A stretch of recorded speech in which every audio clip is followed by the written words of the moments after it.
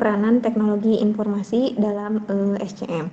Untuk pemaparan kali ini, teman-teman saya sudah hadir di sini. Untuk pemaparan pertama akan dijelaskan oleh Hasna. Nah, kepada Saudari Hasna, saya persilakan.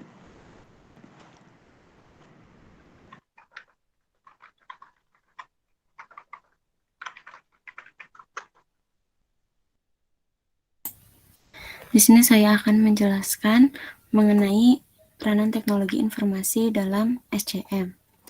Peranan informasi dalam SCM dipengaruhi oleh teknologi informasi yang digunakan. Teknologi informasi ini mempunyai peranan penting dalam mendukung kinerja SCM. Menurut Chopra dan Meindl, tahun 2001, SCM terdapat 4 penggerak atau driver, yaitu persediaan, transportasi, fasilitas, dan informasi. Dari keempat penggerak tersebut, informasi merupakan penggerak utama. Informasi sangat mempengaruhi ketiga penggerak lainnya. Yang selanjutnya, peranan teknologi informasi dalam SCM dapat dilihat dari perspektif teknis dan perspektif manajerial. Yang pertama ada perspektif teknis dibagi menjadi dua, yakni fungsi penciptaan dan fungsi penyebaran. Lalu ada perspektif manajerial dibagi menjadi 4, yakni minimize risk atau meminimalisir resiko, reduce cost, create value, dan create new realities. Yang pertama saya akan menjelaskan mengenai perspektif teknis. Untuk fungsi penciptaan, teknologi informasi harus mampu menjadi sarana untuk mengubah fakta atau kejadian sehari-hari yang dijumpai dalam bisnis perusahaan ke dalam format data kuantitatif. Ini misalnya secara manual, dilibatkannya seorang user atau pengguna untuk melakukan data entry terhadap fakta-fakta relevan. Misalnya, dilakukannya pencatatan pengeluaran keuangan, pesanan konsumen, dan yang lainnya. Lalu secara otomatis, ini teknologi dipergunakan untuk merekam data tanpa melibatkan manusia. Misalnya, barcode untuk kode barang, smart card untuk data pelanggan. Teknologi harus mampu mengubah data mentah menjadi informasi yang relevan bagi setiap penggunanya. Informasi hasil olahan data dibutuhkan untuk mengambil keputusan strategis ataupun taktis. Hasil dari pengambilan keputusan akan memberikan dampak langsung maupun tidak langsung terhadap bisnis perusahaan. Tugas teknologi informasi adalah mengolah informasi yang diperoleh dengan berbagai konteks organisasi yang ada, menjadi sebuah knowledge yang dapat diakses oleh semua pihak di dalam perusahaan. Yang selanjutnya ini tentang fungsi penyebaran. Terdapat entitas fakta, data, informasi, knowledge, atau wisdom tersebut. Teknologi informasi merupakan fungsi-fungsi yang berhubungan dengan aspek penyebaran. Yang pertama ada gathering, yakni mengumpulkan data dan menyimpannya. Maksudnya, teknologi informasi harus memiliki fasilitas-fasilitas yang mampu mengumpulkan entitas-entitas tersebut dan meletakkannya di dalam suatu media penyimpanan digital. Lalu organizing, mengorganisasikan penyimpanan. Artinya, teknologi informasi harus memiliki mekanisme baku dalam mengorganisasikan penyimpanan entitas tersebut di dalam media penyimpanan. Lalu ada selecting, memudahkan pencarian dan pemilihan. Artinya, di saat pihak perusahaan membutuhkan entitas data tersebut, teknologi informasi harus menyediakan fasilitas untuk memudahkan dalam pencarian dan pemilihan data. Lalu ada synthesizing, menggabungkan beberapa entitas. Teknologi informasi harus mampu memenuhi kebutuhan manajer dalam menggabungkan beberapa entitas menjadi satu paket kesatuan yang terintegrasi. Karena tidak jarang para pengambil keputusan membutuhkan lebih dari satu entitas untuk memudahkannya melihat situasi bisnis perusahaan. Yang selanjutnya ada distributing, menyalurkan berbagai entitas. Teknologi informasi harus memiliki infrastruktur yang dapat menyalurkan berbagai entitas dari tempat penyimpanannya ke pihak-pihak yang membutuhkan. Yang selanjutnya akan dilanjutkan oleh Hera. Selanjutnya ada perspektif manajerial, yaitu yang pertama ada minimize risk. Minimize risk ini yaitu dia lebih ke meminimalisir resiko. Pada umumnya, resiko berasal dari adanya ketidakpastian dalam berbagai hal dan aspek-aspek eksternal lain yang berada di luar kontrol perusahaan. Contohnya, kurs mata uang yang berfluktuasi, perilaku konsumen yang dinamis, jadwal pemasok barang yang tidak selalu ditepati, jumlah permintaan produk yang tidak menentu, dan yang lain-lainnya. Kehadiran teknologi informasi ini, selain harus mampu membantu perusahaan mengurangi resiko bisnis, perlu pula menjadi sarana untuk membantu manajemen dalam mengelola resiko atau managing risk yang dihadapi sehari-hari. Dari perspektif manajerial ini terbagi lagi menjadi ada reduce cost. Yang pertama ada eliminasi proses, yaitu menghilangkan atau mengeliminasi proses-proses yang dirasa tidak perlu. Contohnya seperti penyediaan mesin ATM untuk mengurangi antrian nasabah di kasir masing-masing bank atau call center untuk menggantikan fungsi layanan pelanggan dalam menghadapi keluhan. Selanjutnya ada simplifikasi proses, yaitu penyederhanaan proses yang berbelit-belit. Seperti contohnya proses permohonan kredit di bank hingga persetujuannya biasanya melalui beberapa tahap, yaitu seperti dari meja ke meja. Saat ini bisa dengan menggunakan aplikasi dari internet aja. Selanjutnya ada integrasi proses, yaitu pengintegrasian proses agar menjadi satu. Yaitu dia seperti contohnya misalkan untuk pembuatan SIM di negara maju, dari mulai pengambilan foto, sidik jari, tanda tangan, dan lain-lainnya dapat dilakukan secara simultan. Yang terakhir ada otomatis proses, mengubah proses manual menjadi otomatis, di mana sekarang sudah banyak banget aplikasi robotika di industri untuk menggantikan manusia. Selanjutnya ada perspektif manajerial, yaitu dari create value-nya. Menciptakan value bagi pelanggan perusahaan. Tujuan terakhir dari penciptaan value tidak sekadar untuk memuaskan pelanggan, tetapi lebih jauh lagi untuk menciptakan loyalitas. Yang menentukan value atau tidaknya sebuah pelayanan atau proses adalah pelanggan atau pasar, bukan internal perusahaan, sehingga teknologi informasi harus mampu menciptakan value tersebut. Dapat pula menjadi sarana efektif untuk mengidentifikasi hal-hal yang tidak ditransformasikan menjadi value bagi pelanggan perusahaan.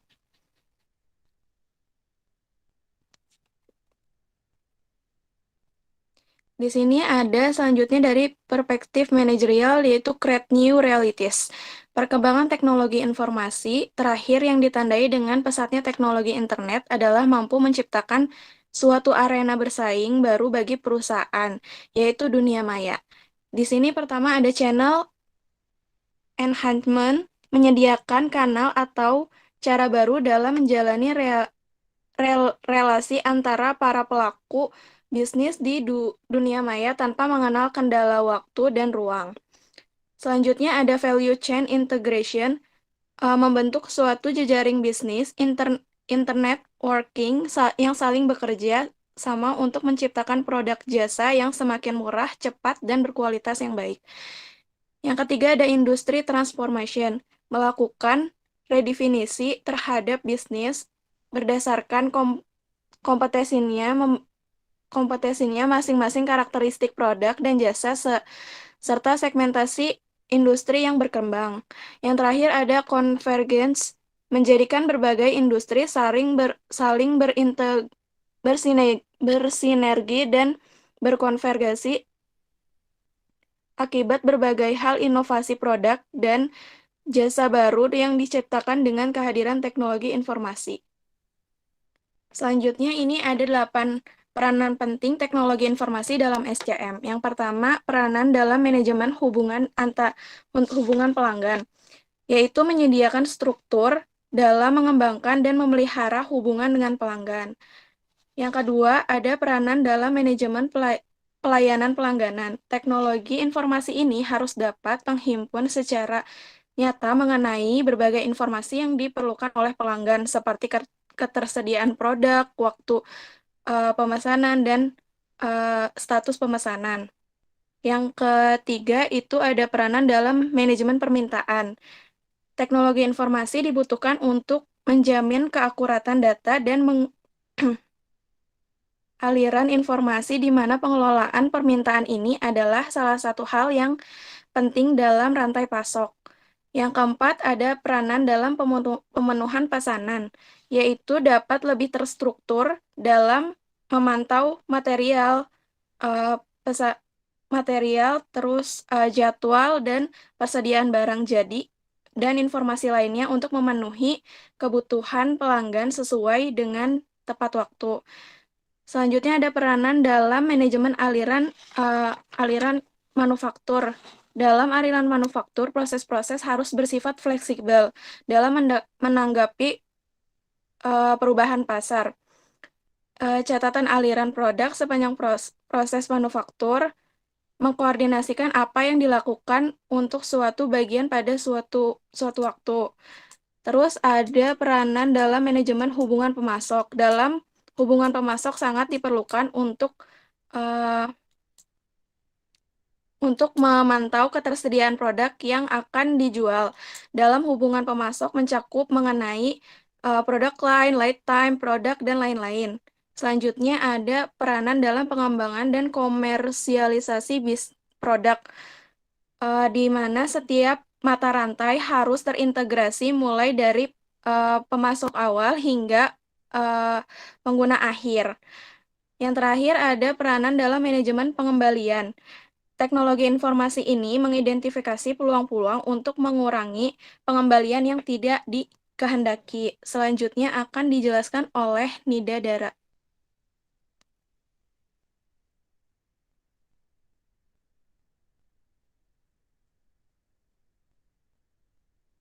Kemudian selanjutnya ada 3 istilah teknologi informasi dalam SCM.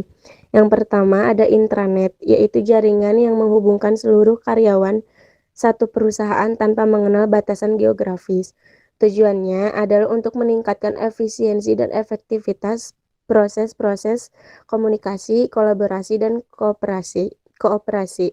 Kemudian ada internet, yaitu jaringan komputer global yang terdiri dari ribuan subjaringan yang ada di seluruh dunia. Internet dipergunakan sebagai media untuk berhubungan dengan para pelanggan, untuk menghemat banyak biaya. Kemudian ada extranet, yaitu jaringan komputer yang menghubungkan sistem jaringan perusahaan dengan sistem jaringan para mitra bisnisnya, seperti supplier dan vendor. Tujuannya adalah mempercepat proses pengadaan sebuah barang dan menurunkan biaya-biaya yang tidak perlu seperti biaya gudang dan transportasi. Peranan teknologi informasi dalam SCM. Dengan teknologi informasi, perusahaan dapat dengan mudah melakukan penciptaan sebuah informasi. Dengan berkembangnya teknologi informasi, terutama yang berkaitan dengan dimulainya suatu konsep ekonomi baru atau digital, konsep manajemen e-bisnis memberikan banyak sekali kemungkinan dan peluang baru yang belum pernah terpikirkan sebelumnya. Prinsip e-commerce, e-procurement, e-customer, e-market merupakan manifestasi dari terselenggaranya ide-ide bisnis baru di internet yang melengkapi jaringan intranet, internet, dan extranet, antara lain ESCM dan ERCM. Ya, yang pertama membahas dulu mengenai ESCM atau e-supply chain management. Ini merupakan konsep manajemen di mana perusahaan berusaha memanfaatkan internet dan teknologinya untuk mengintegrasikan seluruh mitra kerja perusahaan, terutama yang berhubungan dengan sistem pemasokan bahan-bahan atau sumber daya yang dibutuhkan dalam proses produksi.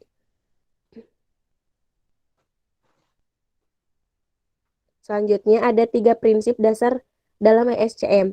Yang pertama, informasi mengenai kapan informasi relevan harus dimiliki dan seberapa detail informasi yang harus direpresentasikan. Kemudian ada unsur biaya, kecepatan, dan kualitas. Kemudian persaingan yang sesungguhnya terletak pada kecepatan dan ketepatan informasi. Ada juga manajemen harus menganggap bahwa relasi antara mitra bisnis merupakan aset strategis perusahaan yang harus dibina sungguh-sungguh keberadaannya. Kemudian ada komponen konsep ESCM.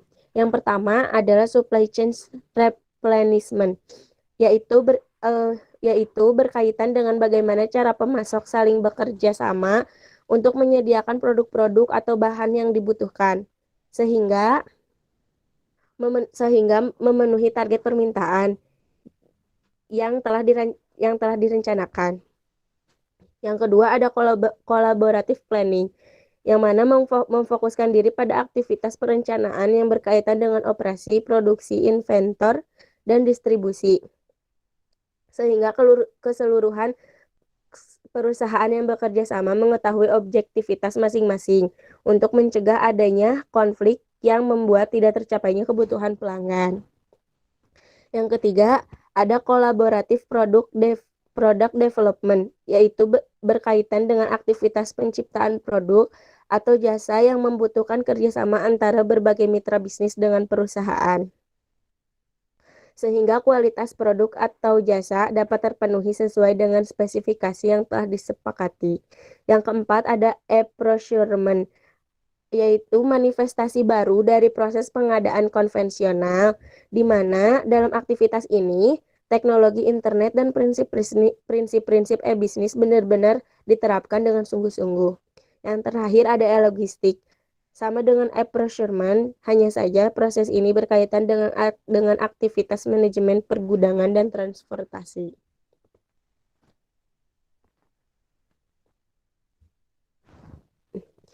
Kemudian ada e-customer relationship management atau ECRM, merupakan kebalikan dari ESCM, yaitu berusaha memanfaatkan internet dan teknologinya untuk mengintegrasikan perusahaan dengan seluruh calon konsumen maupun pelanggannya.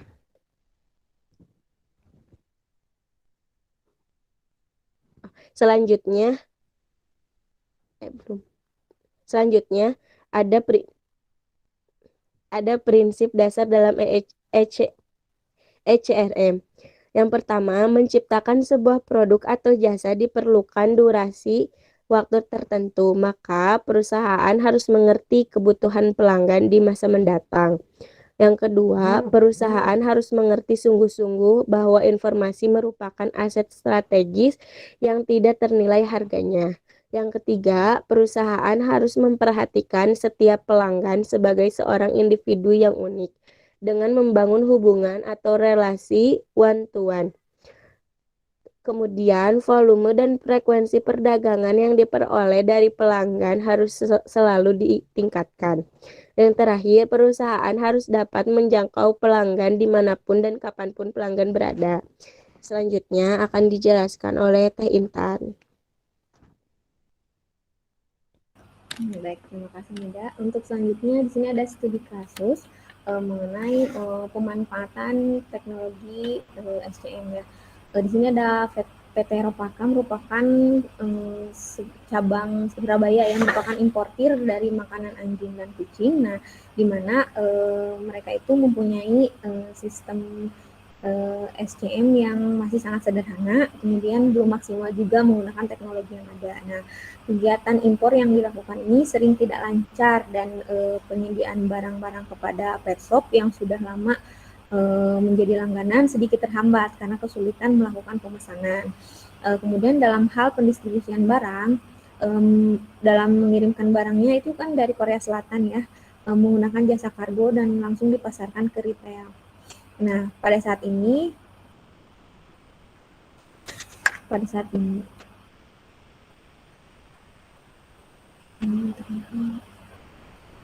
PT Rokaka belum memanfaatkan sepenuhnya berbagai sarana penunjang di ESCM yang ada di perusahaannya. Nah, oleh karena itu, adanya Electronic Supply Chain Management ini akan sangat membantu perusahaan bagaimana agar proses pemenuhan kebutuhan customer dapat berjalan efisien untuk mencapai tujuan yang diinginkan. Nah, apa sih manfaatnya ketika ESCM ini diaplikasikan oleh PT Rokaka? Nah, di sini slide selanjutnya. Fasilitas untuk bertukar informasi antara rekan dan pengawasan persediaan yang ada di gudang. Jadi dengan adanya ESCM ini nanti customer bisa update barang apa sih sebenarnya yang ada dan berapa sih stoknya. Kemudian meningkatkan kemampuan pertukaran informasi dengan cepat. Nah, tentunya dengan adanya ESCM ini informasi bisa sampai dengan cepat, apalagi ini kan kantor cabang dengan kantor pusat ya. Nah, pertukaran informasi tersebut berlaku untuk hubungan di dalam perusahaan maupun hubungan dengan luar perusahaan, termasuk dengan konsumen.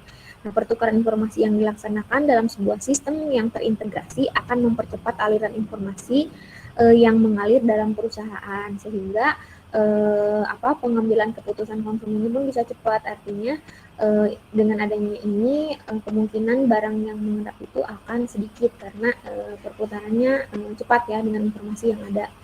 Kemudian ini juga memudahkan kerja karyawan dalam hal pengecekan barang, melihat dan memberikan informasi kepada partner dan efisiensi secara kerja juga dengan adanya ESCM ini. Next. Nah, kesimpulannya ternyata peranan teknologi informasi dalam SCM dapat dilihat dari dua perspektif. Yang pertama dari secara teknis, fungsi penciptaan dan fungsi penyerahan. Kemudian yang kedua itu dari perspektif manajerial, dengan adanya SCM ini bisa meminimalisir resiko, kemudian juga mengurangi biaya, kemudian juga kita bisa create value dan create new reality. Jadi lebih update gitu ya dengan adanya SCM ini. Perkembangan teknologi informasi tentunya memudahkan manusia dalam mengelola SCM sekaligus dapat meningkatkan efektivitas dan efisiensi perusahaan dalam mengelola supply chain management. Nah, salah satu bentuk peranan teknologi informasi SCM adalah adanya Electronic Supply Chain Management dan ERCM. Nah, itu saja mungkin teman-teman yang bisa kami sampaikan mengenai peranan teknologi informasi dalam supply chain management pada malam hari ini. Mohon maaf bila ada kekurangan. Kami tutup dan kami ucapkan terima kasih pada teman-teman yang sudah bersedia untuk memperhatikan. Sekali lagi mohon maaf bila kekurangan. Bila ada taufiq. Wassalamualaikum warahmatullahi wabarakatuh. Baik, terima kasih untuk kelompok 1. Untuk sekarang kita buka sesi diskusi dulu. Saya jadi yang ngomong ya. Silakan kelompok 1. Ya, baik. Silakan. Baik teman-teman, setelah tadi pemaparan mengenai peranan teknologi informasi SCM, nah mungkin teman-teman ada hal-hal yang ingin ditanggapi, baik berupa mungkin bisa penambahan juga ya Pak, kan diskusi ya, bisa ada penambahan informasi atau juga mungkin bisa ada pertanyaan. Kalau insya Allah nanti kami coba jawab. Nah kalau tidak, nanti sini kan ada pakarnya, ada Bapak mungkin nanti yang bisa ikut menguruskan. Maka teman-teman yang mau bertanya dipersilahkan untuk open mic.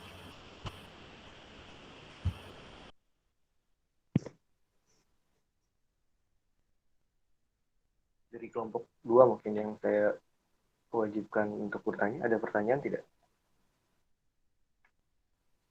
Kelompok 2 itu Andre, Alvin, Agus. Pak semua ya? Saya baru sadar. Andre, Alfian, dan Agus.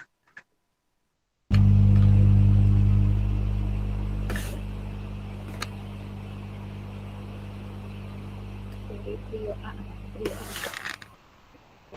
Atau mungkin dari teman-teman lain juga barangkali menanggapi. Kalau tidak ada pertanyaan, saya mau nanya ke kelompok satu. Bedanya, bener nih, gak ada yang nanya. Oke, kalau gitu saya mau nanya, perbedaan antara, saya baru dengar istilahnya, istilah I atau SCM dengan SCM biasa, apa bedanya? Ada tampilannya nggak, ada previewnya nggak dari sumber yang kalian dapat itu? Ada tampilan aplikasinya atau seperti apa? Ada nggak? Oh, tampilan aplikasinya, Pak. Kalau ada, boleh Eh, lihat? ini untuk studi kasus mungkin ya Pak ya, penggunaan SCM ini. Ya, nggak apa-apa. Ya. Soalnya saya baru dengar. Nah, ya. Karena kalau di Indonesia khususnya semuanya tuh disebut yang ada, yang misalnya dulunya konvensional atau lama gitu. Terus berubah nanti ke yang ada IT atau internet, disebut semuanya di depannya semua. Semua gitu. Yang saya temukan itu hanya di istilah Indonesia ya. Mungkin saya keliru, tapi yang saya temukan kalau di literatur nggak ada istilah strip itu. Tapi nggak apa-apa. Tapi tadi saya sudah sempat cari-cari dan baca-baca dan lihat di forum SCM memang ada istilah tersebut. Ini saya baru tahu. Ada nggak yang hasil temuan kalian? Ini sih Pak, sebetulnya tadi studi kasus yang kami angkat itu hasil dari penelitian ya Pak. Analisis penerapan electronic supply chain management. Nah, mungkin teman-teman bisa bantu untuk menampilkan jurnal yang kita coba angkat di apa ini. Nah, tapi ini sekarang suara saya sebentar, suara saya ini udah jelas atau masih jelas, jelas, jelas Pak. Kurang aja. Ya, mungkin minta dibantu untuk ditampilkan studi kasus yang coba kita angkat ya. Di situ memang Pak, karena ini ringkasan ya, penelitiannya artikel ya, berupa artikel, itu memang tidak ada gambar contoh bagaimana pengoperasian apapun alur gitu ya ISDN-nya. Hanya apa sih, hanya ya berupa artikel gitu. Nah, mungkin bisa ditampilkan. Bentar Pak, ada artikelnya.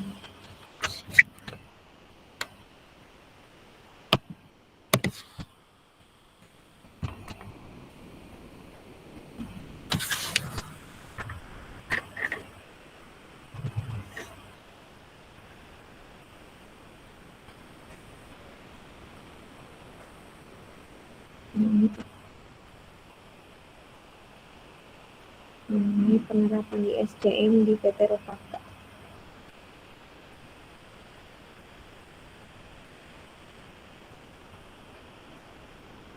Kita dapatnya dari sini Pak. Nggak ada ini sih, nggak ada alur ya Pak ya, bagaimana cara kerja si SCM ini.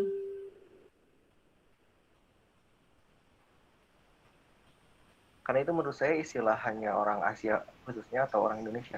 Soalnya kalau baca di literatur ya nggak ada istilah strip itu, tapi nggak apa-apa. Kalau memang itu istilah akademik, apalagi ada riset ya, sudah di-approve sama beberapa misalkan dosen pembimbing atau penguji ya, berarti memang itu istilah yang digunakan baru-baru sekarang. Ataupun saya yang kudet ya, mungkin. Oke, baik, cukup jelas kalau begitu, terima kasih.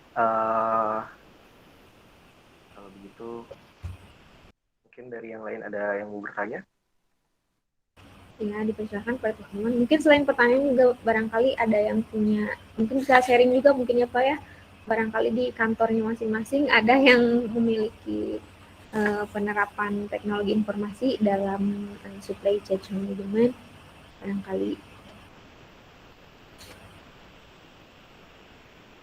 silakan teman-teman.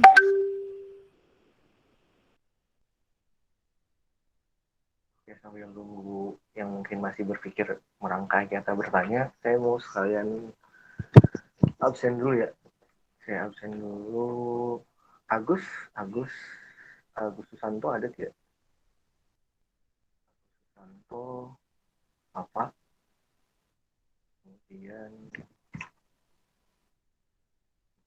Alvin, Alvin Anggara, Iya Pak, hadir. Oke, Alvin hadir. Alvin pakai P atau V sebenarnya? Pakai P Pak. Oke. Al- Alvin. Alvin hadir. Tadi Agus Alfa Alvin hadir. Kemudian Andre. Andre hadir? Tidak ada ya? Andre hadir. Alvin hadir. Oke, hadir. Alvin hadir. Kemudian Habib. Habib tidak ada.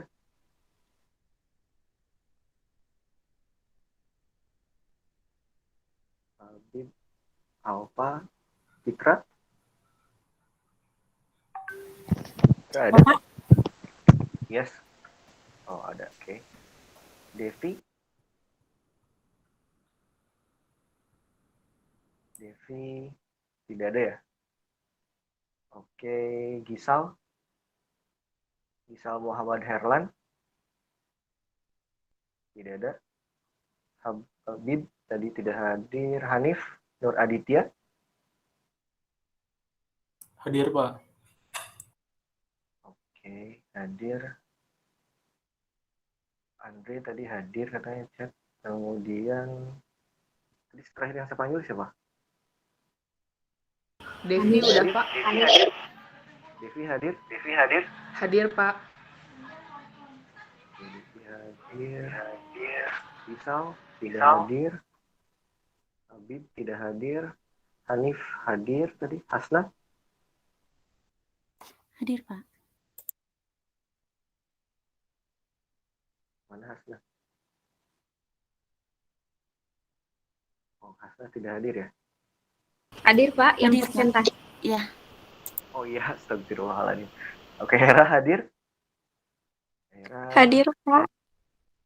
Oke, oh iya, tadi presentasi. Astagfirullahaladzim. Intan? Hadir Pak. Intan ya? Iya. Oke. Makmun. Tadi saya belum nggak lihat. Makmun. Ada Pak. Oke, ada. Makmun hadir. Monica tidak ada ya? Tidak ada informasi. Alfa. Muhammad Afriza. Hadir, Pak. Muhammad Afriza hadir.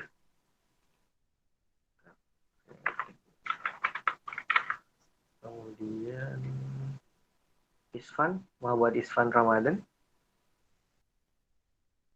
tidak hadir. Muzaki tidak hadir. Nadia hadir. Tadi saya lihat ya. Hadir Pak. Nadia, oke. Dengan catatan kita harus Nida hadir ya. Hadir. Tadi Hadir, Pak. Nuke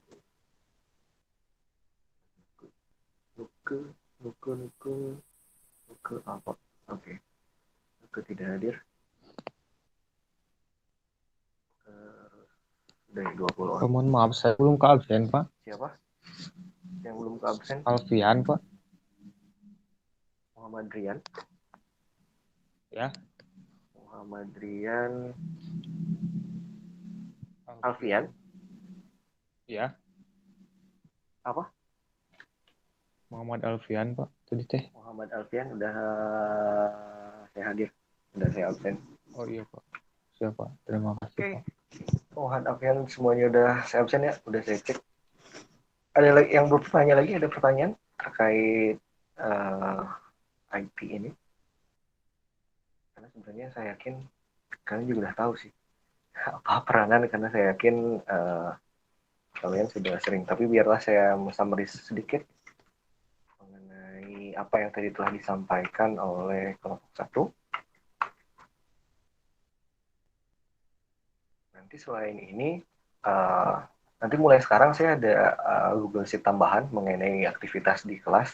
Jadi tolong kalian cek dan koreksi. Misalkan, saya tidak terima dengan penilaian aktivitas diskusi, bisa langsung bilang saja ya.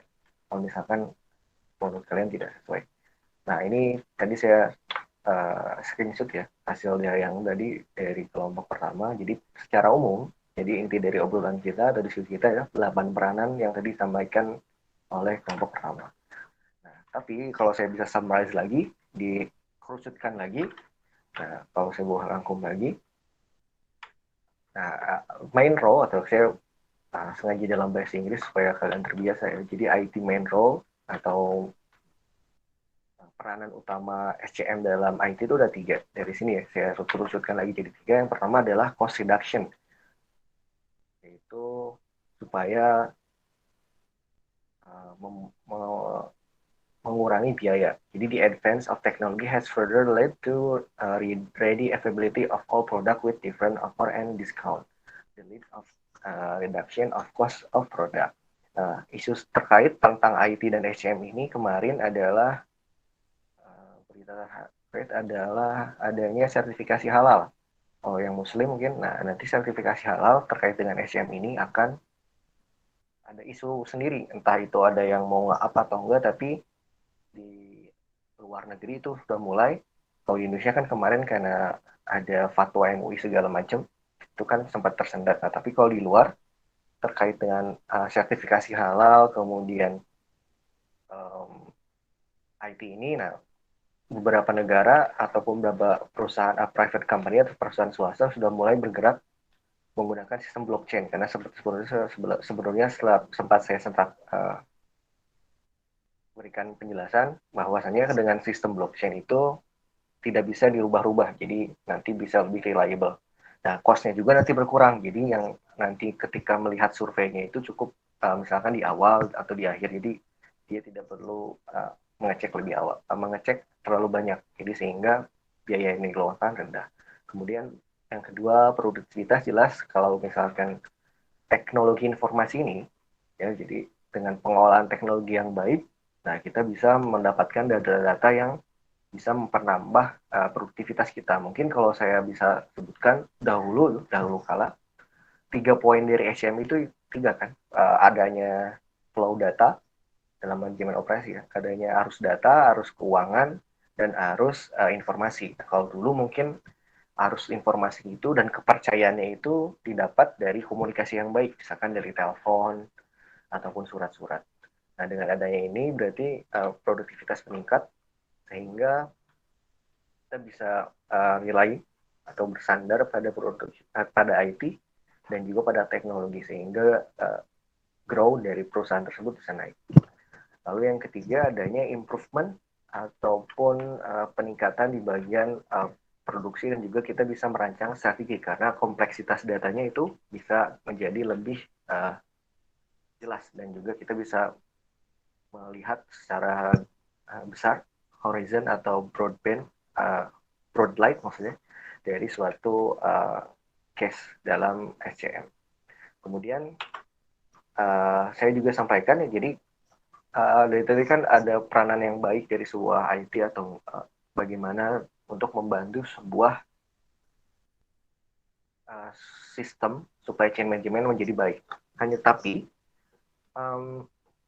ada sebuah survei yang dilakukan oleh Interco COVID Resilience Report ini ya. Jadi mereka cuma tidak hanya mengelola atau menginformasikan tentang pandemi ya, tapi mereka juga melihat atau melakukan riset tentang dampak-dampak pandemi COVID-19 ini pada beberapa sektor inovasi. Nah, ternyata pada masa pandemi ini ada juga peningkatan hal-hal ya. Ya kalian tahu lah, karena pandemi mungkin WFH, server jarang dicek, jadi ataupun kerjanya misalkan yang dia biaya cukai, ada barang tersendat dan lain-lain. Ada yang berdasarkan survei. Nah, ada ditemukannya peningkatan dari data breach atau akses data yang atau loss data ya, data yang bocor sekitar 38%.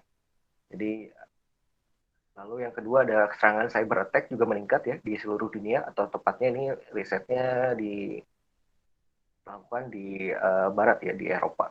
Ada cyber attack meningkat sekitar 30%, karena mungkin orang juga sedang WFH atau bagaimana lah.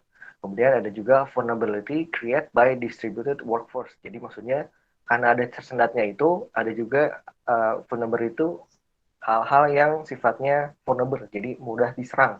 Karena tadi ada yang delay misalnya, ada juga lalai ketika mengecek dan segala macamnya. Itu karena kaitannya dengan COVID-19. Kemudian adanya juga peningkatan penggunaan open source ya, karena mungkin perusahaan juga pendapatannya menurun, makanya mereka meningkatkan penggunaan open source. Nah, open source itu baik, jadi sifatnya terbuka ya, jadi semua orang bisa mengakses. Cuman kalau open source itu misalnya kalian ibaratnya kalian membuat sebuah mobil ataupun kendaraan lain, ataupun misalkan contoh lain misal membuat website. Kalian kan sebenarnya bisa mengunduh lalu menginstal, lalu jadilah sebuah website, lalu kalian misalkan upload di server atau hosting. Seperti e-learning juga itu sebenarnya menggunakan open source. Hanya saja kalau si human resources-nya atau SDM-nya itu tidak mengedit gitu kan, tidak membaca menyeluruh atau mengganti sekuritasnya, berarti kalau masih default, sistemnya masih default, belum diacak-acak, hasil download langsung install, berarti saya bisa melakukan yang tadi, data breach, kemudian saya bisa menyerang, karena semua terbuka. Di modulnya terbuka, bisa saya baca cara aksesnya gimana, lalu misalkan default atau password bawaannya seperti apa, misalkan nyimpan foldernya di mana, itu bisa dicek. Nah, yang terakhir adalah adanya istilahnya shadow IT, jadi sebuah salah satu kasus keamanan juga itu meningkat sebesar 27%. Lalu bagaimana kita men-tackle semua ini? Kalau berkaitannya dengan IT dalam hal supply chain management. Nah, itu tergantung pada sistemnya lagi. Jadi untuk merancang sebuah IT ini, kita harus merancang sebuah sistem yang baik. Nah, kalau open source boleh, tapi si perusahaannya itu harus benar-benar, ataupun si human resource-nya itu harus benar-benar mengerti. Harus benar-benar bagaimana, kalau istilahnya dalam IT itu full stack. Jadi dia mengerti dari misalnya bagian depan atau bagian belakang dari suatu pemrograman. Nah, kalau kita sebagai user kan misal buka website, taruhlah misalkan e-commerce ataupun sosial media, itu kan tampilan depan tuh, itu ada orang yang bagian situnya. Kalau full stack, misalnya ada, itu kan front end, ada juga bagian belakang atau back end. Nah, kalau full stack dia bisa melakukan edit dua-duanya, dia melakukan pekerjaan dua hal tersebut, baik itu back end ya, yang bagian admin ketika kalian login, ataupun bagian programnya hingga ke UI UX, tampilan ya, user interface dan user experience ya. Nah, kalau tadi open source itu banyak, tapi secara umum di industri manufaktur khususnya ada sebuah perusahaan dan bahasa programan mereka itu Oracle. Jadi secara umum atau banyak sampai sekarang, karena sudah bertahun-tahun mereka menggunakan software bahasa programan dari perusahaan namanya Oracle. Nah, dalam Oracle ini mereka juga menyediakan namanya berbagai sistem. Mungkin di kalian ada yang sudah mengerjakan tentang Oracle. Jadi ini merupakan sebuah closed source atau closed software di mana harus membeli lisensi dari tiap layanan yang mereka gunakan. Itu terkait dengan ERP dan juga MRP ya. Baik itu misalkan mau sistem manufacturing yang dibuat, lalu mereka juga punya software design, lalu order barang, hingga bill dan lain-lain. Sehingga di sini ini merupakan sebuah SCM yang dimiliki oleh Oracle. Ya, mungkin segitu aja sih tambahan dari saya. Nah, terkait dengan presentasi kelompok 1, kalau boleh saya sedikit kasih penilaian. Nah, kelompok 1 saya lihat sudah baik, hanya saja saya orangnya agak sedikit visual ya. Saya lebih senang menjelaskan dengan poin-poin karena saya terbiasa untuk melakukan presentasi kepada misalnya investor atau klien, itu kan lebih enak ditampilkan poin atau gambar. Nah, mungkin untuk masukan juga untuk kalian ataupun untuk yang lain ke depannya. Nah, itu baik sekali sudah bikin naskah. Jadi ada naskah atau baca teks juga itu baik, tapi nanti coba kayak yang sebelumnya, nah di yang ini kan disampaikan poinnya, kemudian dibacakan